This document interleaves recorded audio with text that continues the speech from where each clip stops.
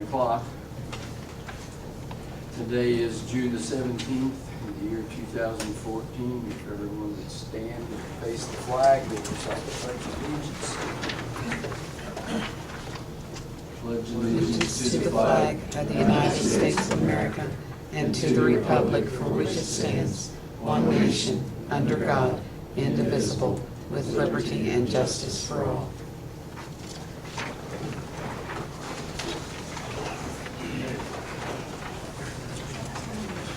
John, would you call the roll, please? David? Here. Jim? Here. Kevin? Here. Steve? Here. Troy? Here. First item is to approve the minutes from the April 15th meeting. And actually, I think that date is wrong. We met, is that right? 15th? I think March 26th was the minutes I had.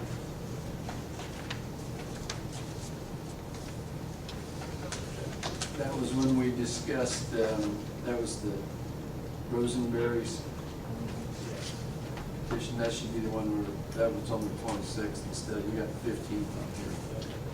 No big deal, just order of clarification. Or March 18th, I guess, I can't read. Anyway, the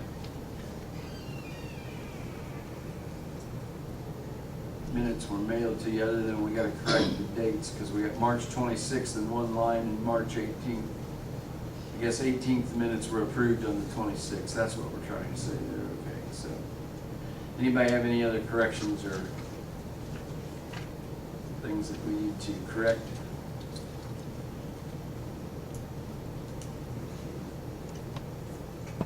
Hearing none, I'd entertain a motion that we approve the minutes as mailed.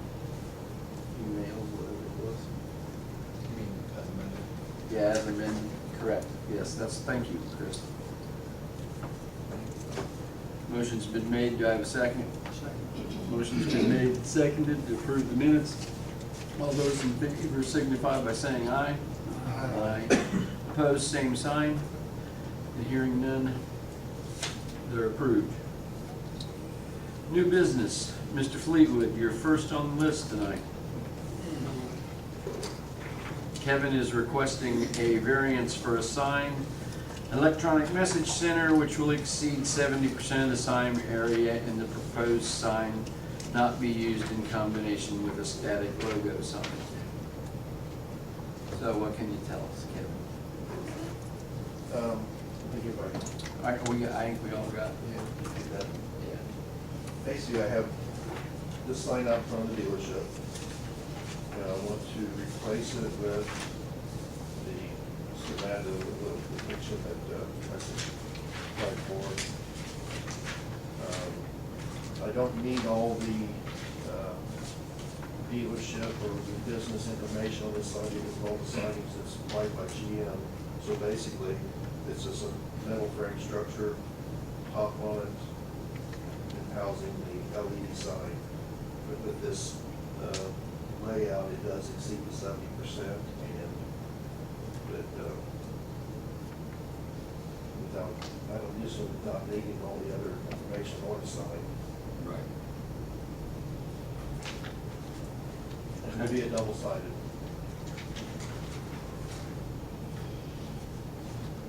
Questions for Kevin and board members?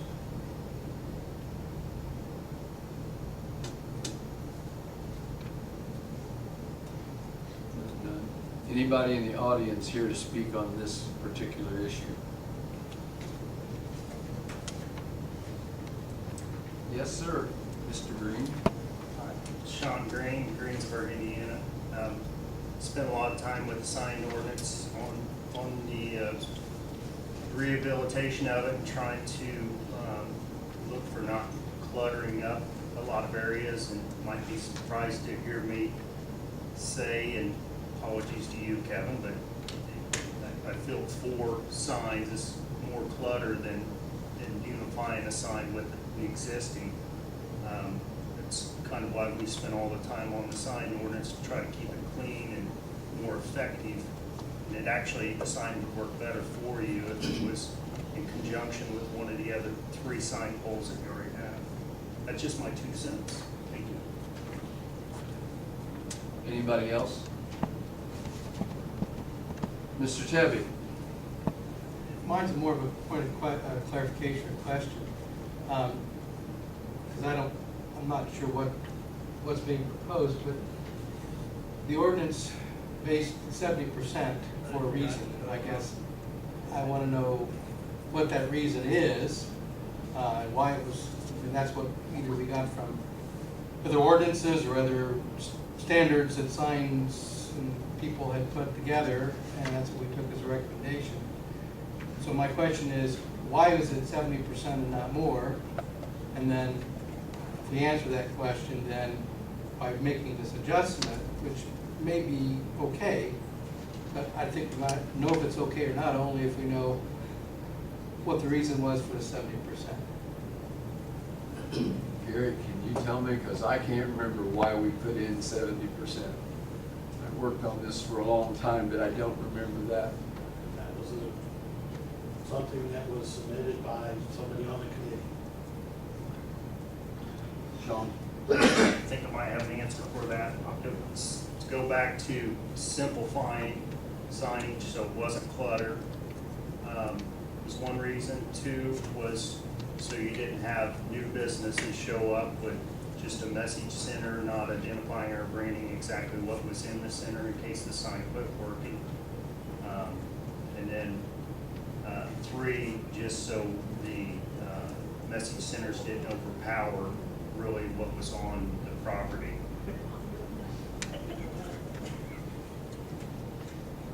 You don't remember where we got the figure itself didn't come from. It was probably from one of the model ordinances. Right, I was gonna say, that's the only thing I can There was- think of. Yeah, multiple ordinances that have it. 70%, okay. Thank you. But to speak on Kevin's behalf, I think he just wants to replace the square footage that he has. I think if you look at the ordinance, he could probably request a bigger sign. Just have stuff sitting there, that sign area that may not be needed, just so he meets that 70%.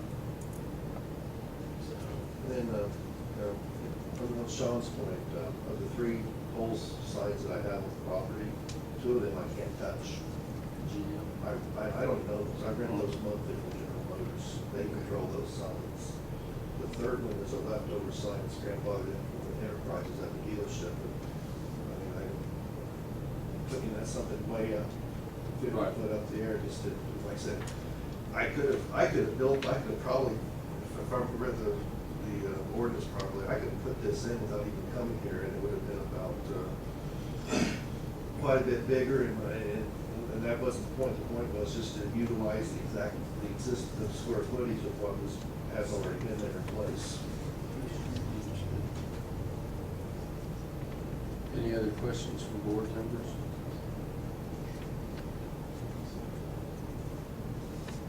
Anything from the audience?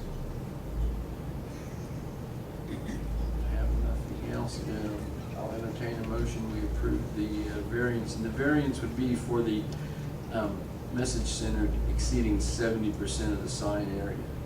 That's what the actual variance would be. So I entertain a motion, we approve this. well, it also requires, the ordinance requires a static logo. Right. So he's not gonna have. And it's not gonna have the static logo, okay. So it's 70% and no static logo. Thank you, Gary.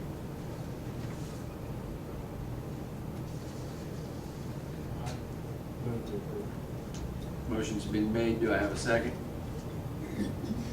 Second. Motion's been made and seconded to approve the variance. John, would you call the roll? Point of clarification. He'll be Kevin abstaining. did not vote, correct? Right, he'll be But abstaining. you still need to call the roll so that He he can can. actually abstain. David, Yes. Jim, Yes. Kevin, Abstain. Steve, Yes. Roy. Yes. Item number 1 down. Number 2, Mr. Erwin Miller, the petitioner, is requesting to construct an oversized garage consisting of 960 square feet and to reduce the side yard setback to 2.8 feet. Maximum size in an R2 district is 720 square feet with a side yard setback requirement of 5 feet. I don't know, is Mr. Miller here?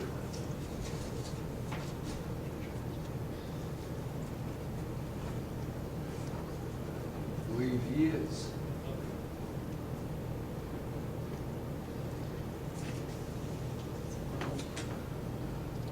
And I can't really ask him any questions, can I?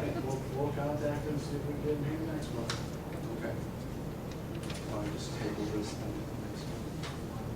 Since I don't have concerns about this, but without hearing from him directly, I would not feel right about turning it down just based without being able to question the individual.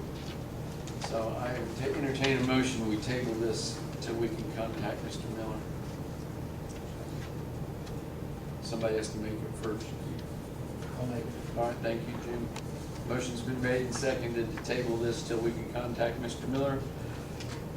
Would you call the roll, please, John? David? Yes. Jim? Yes. Kevin? Yes. Steve? Yes. Roy? Yes. Number 3, Ms. Linda Tungate, the petitioner, wishes to operate a small floral shop showroom out of her house located at 827 North Michigan Avenue. Property was previously granted a variance to operate a wedding chapel. The property is currently zoned R2. Linda? Well, you guys might remember I was in here in September asking to be allowed to put a wedding chapel in my home. It has a separate entrance, and I got that area remodeled and the wedding chapel all ready to go. And then it just kind of turned out to not my idea of what it was going to be, and the calls I was getting were not the same. And I got reluctant to allow 25 people in my home at once. Because I was thinking smaller, and people were wanting to bring limos, and it just wasn't what I was prepared for. So, having remodeled it and everything, and with the floral being part of what I offered, I would like to just convert it just to all floral. Okay. Any questions from Ms. Tungate? There's never no complaints about the neighbors and hang all the floor, I don't remember, so shouldn't have anything about it. I mean, my direct neighbors asked me, what it was about, and I told them, and they didn't seem to have a problem. Any questions from the board? So the chapel idea is gone, you're not going to do that. I mean, that's why I'm hoping to just change it over. Okay. Anyone from the audience to speak on this issue? Yes, sir. Rise and state your name for the record, please. Adam Huffmeyer, Foremost Flexible Fabricating, just across the road from Linda. I guess our concern there at Foremost, being a large private parking lot, is what the plan is on parking. I know you're talking about being too big on the other thing. If there's gonna be a lot of vehicles as far as the floral shop, where would they park? I'm not expecting anything like that. I still work full-time away from home. This is just like, I have a lot of people that buy grave saddles from me.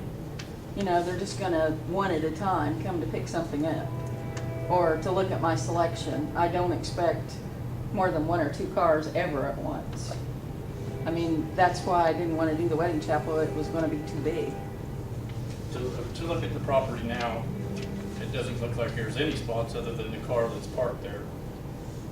Well, you can actually fit 5 spots. Okay. You can fit 4 on the one side and where the truck is, and the truck will be leaving at some point. Yeah, our concern is just folks parking across the street in a private lot. Right, and if that happens, these things are granted 1 year. If we would grant this, it would be 1 year conditional. Okay, and if you have problems with the parking, you need to contact Gary's office and let them know that people are parking over there, and then that would be what we would in a year when this comes back, if she wants to make it permanent, that's things that we look at. Okay, just to tell you how the process works. So if you do have that situation, please contact and let someone up at City Hall know, Gary, and we can go from there. Okay? It can be taken away less than a year too. Right, and if it's an overt violation and we can't get them to stop, I mean, it's not etched in stone that they can continue. So as you're facing your house from Michigan, Mhm. your deliveries will be on the driveway to the left of the house? As you're facing it, yes. Yeah. And I was going to further ask if you allowed this, would I be allowed to put up a parking sign? Or is that a whole nother process I have to do? You'd have to go back to the planning department and get a sign permit. Yeah, if you go see Gary and get the permit, all you gotta have is a permit for that, right? Once you have the variance. Since she has the variance, the signage would just be the sign permit from your office, am I correct? So you just see Gary about that. And he would instruct you on the size and all that. I mean, this isn't something that I would expect walk-in traffic. As a matter of fact, on my cards, I would put by appointment only. Because like I said, I still work full-time. I just have people, you know, that want to pick stuff up or want to know, you know, what I have.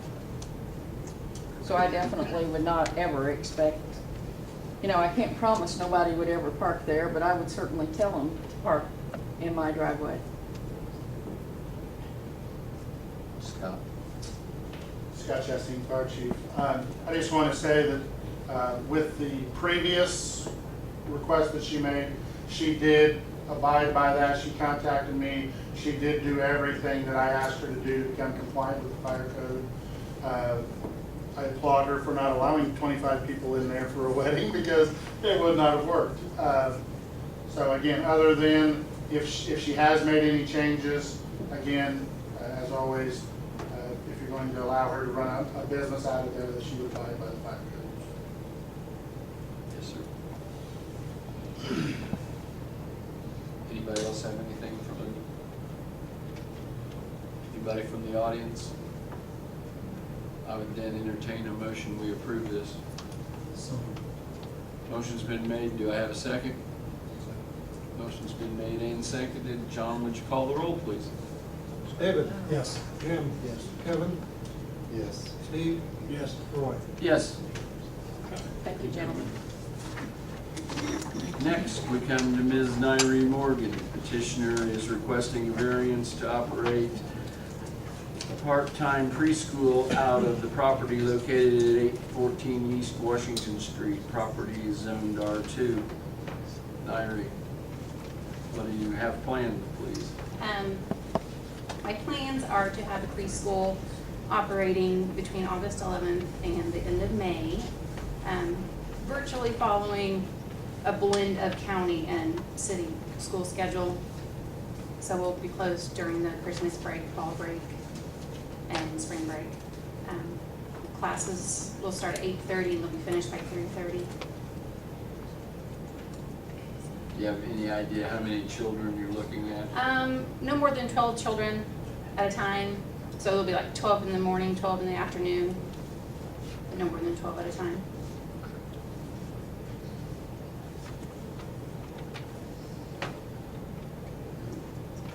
I don't know how much parking there is there, I'm trying to, There's just the street parking. but I don't suppose people would be coming and staying there, more or less be dropping No, children. just drop off. Mhm.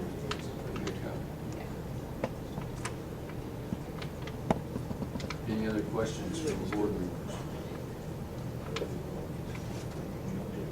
Is Washington one way or two? Two. Two ways.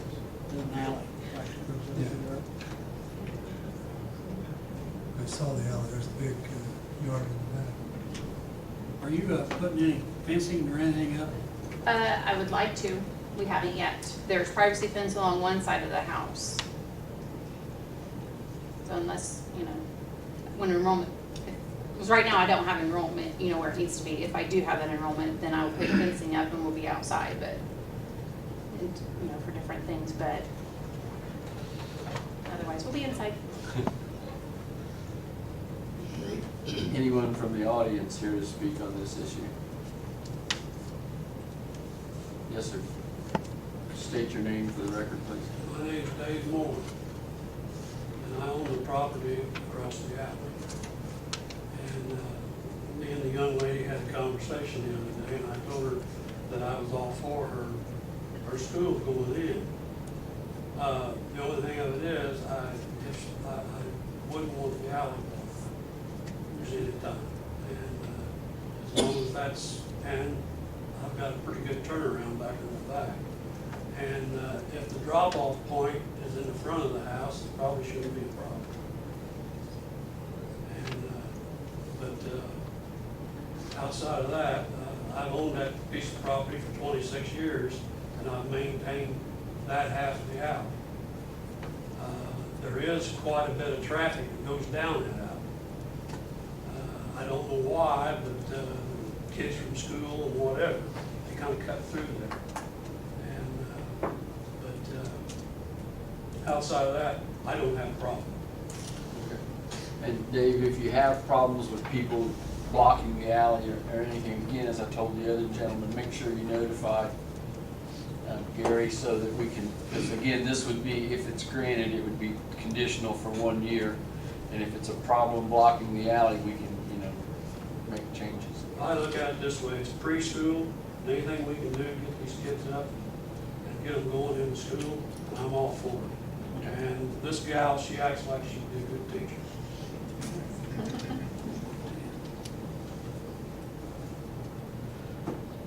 Anybody else? Mr. Chastain? Chastain Fire Chief, as always, if you allow a business to go into a residence, again, I don't have any problems with it. I think she's going to be under what's required to have state inspections and all that. But we'd still like to make sure that any fire and building codes that are required for this would be maintained, and you can call me and we can help with you on that. Okay. Anything else? If not, I would entertain a motion that we approve this variance to allow preschool. Yes, 1 year condition. Motion's been made. Do I have a second? Second. Motion's been made and seconded. John, would you call the roll, please? David? Yes. Jim? Yes. Kevin? Yes. Steve? Roy? Yes.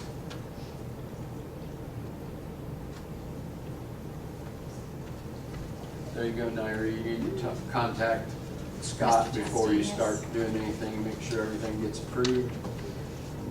Other than that. Next is other items of interest to board members. Does anybody have anything else we need to discuss? I didn't make it by 7:15, but I came pretty close. Hearing none, this meeting is adjourned.